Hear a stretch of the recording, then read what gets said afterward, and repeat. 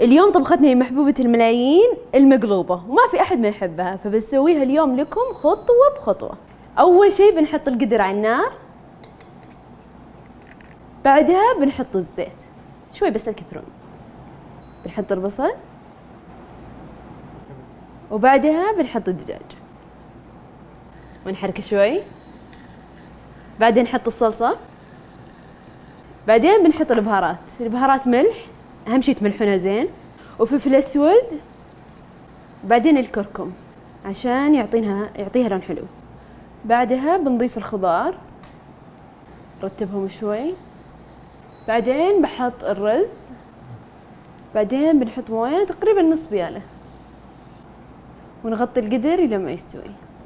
والحين جاء الوقت اللي نقلب فيه المقلوبة. يلا بسم الله